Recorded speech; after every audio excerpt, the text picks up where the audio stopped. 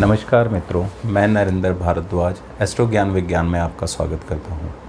आज हम जिस विषय के बारे में चर्चा करेंगे वो विषय है कुंडली मिलान। जब शादी का निश्चित होता है तो लड़के और लड़की की कुंडली मिलाई जाती है।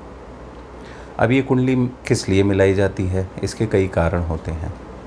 कुंडली मिलान इसलिए किया जाता है ताकि लड़के और लड़की का वैचारिक, भौतिक, शारीरिक, मानसिक, संतानोत्पत्ति और जीवन में शादी के पश्चात जितने भी सुख दुख आने हैं उनका भली भांति से मूल्यांकन किया जा सके। अब ये जानना होगा कि ऐसे कौन कौन से कारक होते हैं जिनके आधार पर कुंडली का मिलान किया जाता है।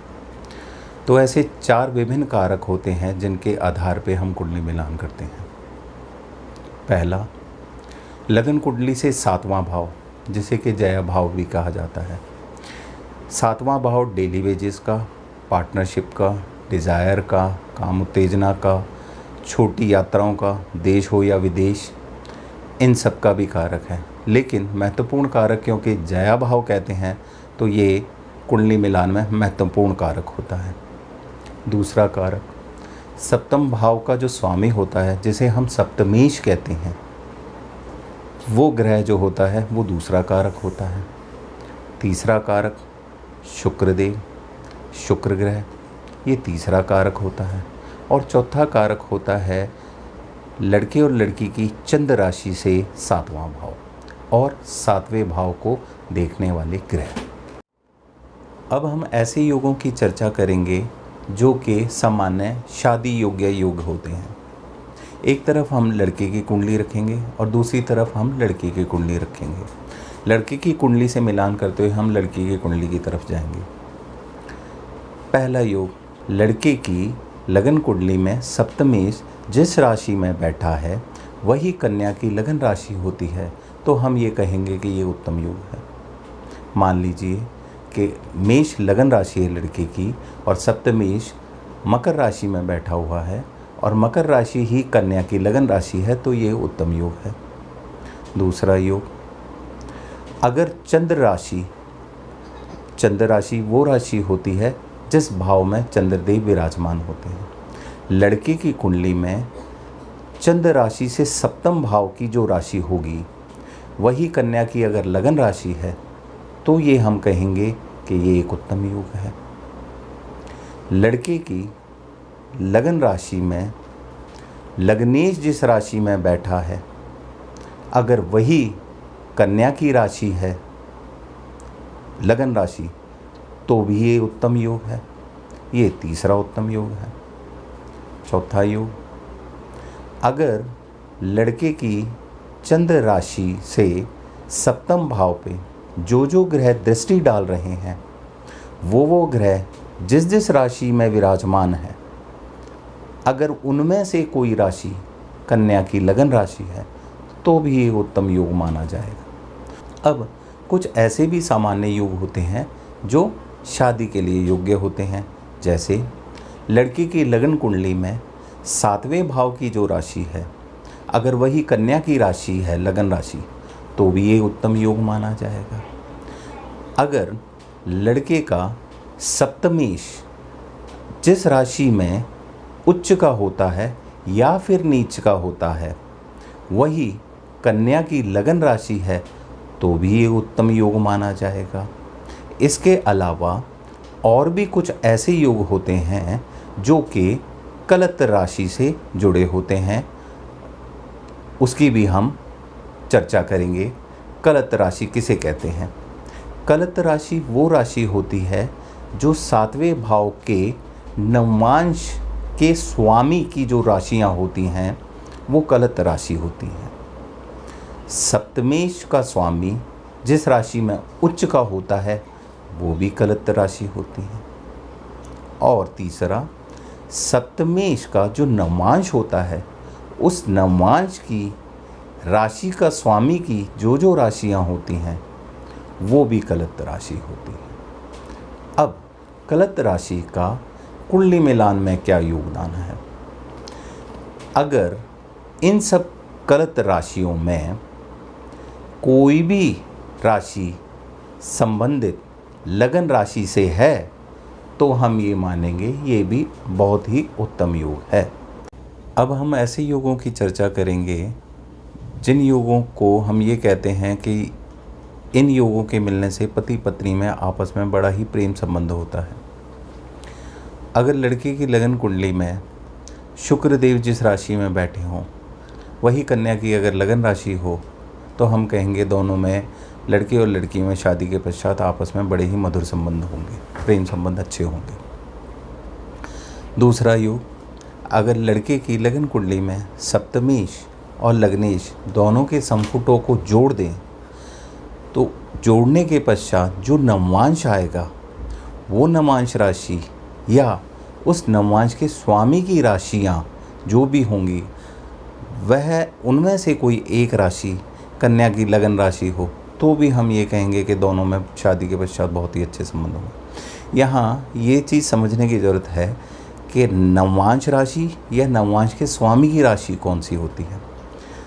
नवांश राशि उसे कहते हैं, जैसे मान लिया जाए कि मकर राशि नवांश राशि है और नवांश के स्वामी की राशि मकर और कुंभ है, तो मकर हो तो भी ठीक है और मकर और कुंभ दोनों राशियां हों ये भी ठीक है।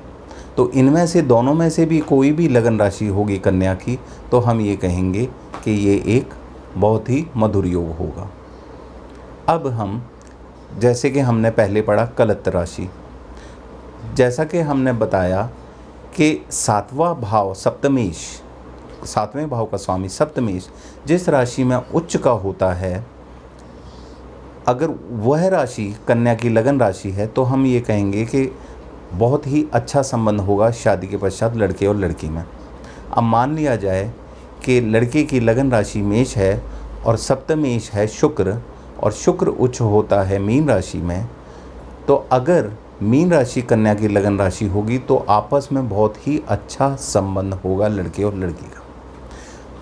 अगर कहीं मीन राशि ना भी हो और कर्क और वृश्चिक राशि भी हो, तो भी हम ये कहेंगे कि दोनों में बहुत ही प्रेम संबंध होंगे शादी के पश्चात।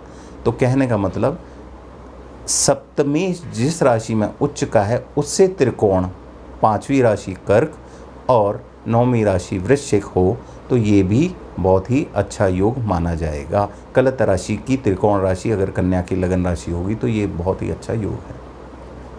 अब हमें एक चीज़ और ध्यान में रखनी है कि हर राशियों का अपना अपना एक निश्चित डिग्री या अंश होता है जिसमें वो उच्च और नीच के होते हैं।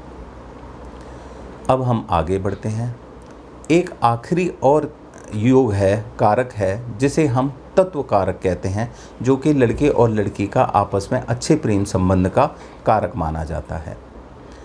हमें ये पता है कि 4 विभिन्न तत्व होते हैं राशियों की, 1 से 12 तक राशि होती हैं और उनका क्रम तत्वों का होता है अग्नि, पृथ्वी, वायु और जल।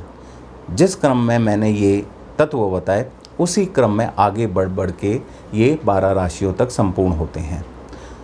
अब 1, 5, 9 अग्नि है, 2, 6, 10 पृथ्वी हैं, 3, 7, 11 वायु है और 4, 8, 12 जल है।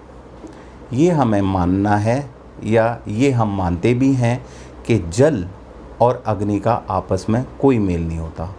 अगर लड़के और लड़के की लगन राशि इन दोनों में से किसी भी तत्व से रिलेटेड है, संबंधित है, तो हम ये कहेंगे दोनों में अच्छे संबंध शादी के पश्चात नहीं होंगे, क्योंकि अग्नि को जल बुझाता ही है, दुश्मनी है। इसी तरह पृथ्वी का बैरी अग्नि है, वो उसको गर्म करती है, काला कर देती है, जला देती है। अगर लड़की और लड़की का लगन राशि में कोई भी तत्व इन दोनों से संबंधित है तो भी अच्छे संबंध नहीं होंगे। लेकिन हाँ, पृथ्वी और जल आपस में बहुत अच्छे संबंध होते हैं। जो जल होता है उपजाऊ बनाता है, हरियाली देता है, ग्रोथ देता है। तो अगर ऐसे तत्व लड़के और लड़की की कुंडली का होगा तो बहुत अच्छा योग माना जाएगा। और अगर अग्नि और हवा इनमें से भी कोई योग होगा लड़के और लड़की का, तो भी हम ये कहेंगे कि ये एक अच्छा योग है। तो ये जो योगों के बारे में हमने चर्चा करी, ये व्यवहारिक योग थे, जो कि व्यवहार से, लड़के और लड़की के व्यवहार से ज्ञात होता है। अब कुछ ऐसे योगों की बात करेंगे जो कि हम ये कह सकते हैं कि शादी के लिए ये सामान्य योग नहीं होते। उनमें से एक योग है कि अगर लड़के की कुंडली में 6, 8, 12 में जो राशि होंगी वही कन्या की लगन राशि है, तो ये योग शादी के लिए मिलनसार योग नहीं है।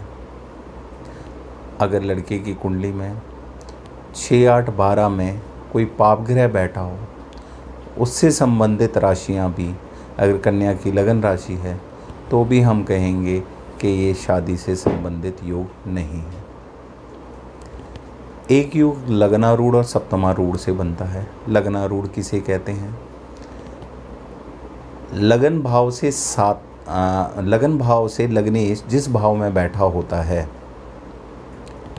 मान लीजिए कि लग्नेश मेष राशि की लगन में लग्नेश कर्क राशि में बैठा है, तो लगन से ये चौथे भाव में हुआ, तो लग्नेश से चौथा भाव यानी कि तुला राशि लग्नारूढ़ माना जाएगा। इसी तरह हम सप्तमारूढ़ का भी पता लगाते हैं।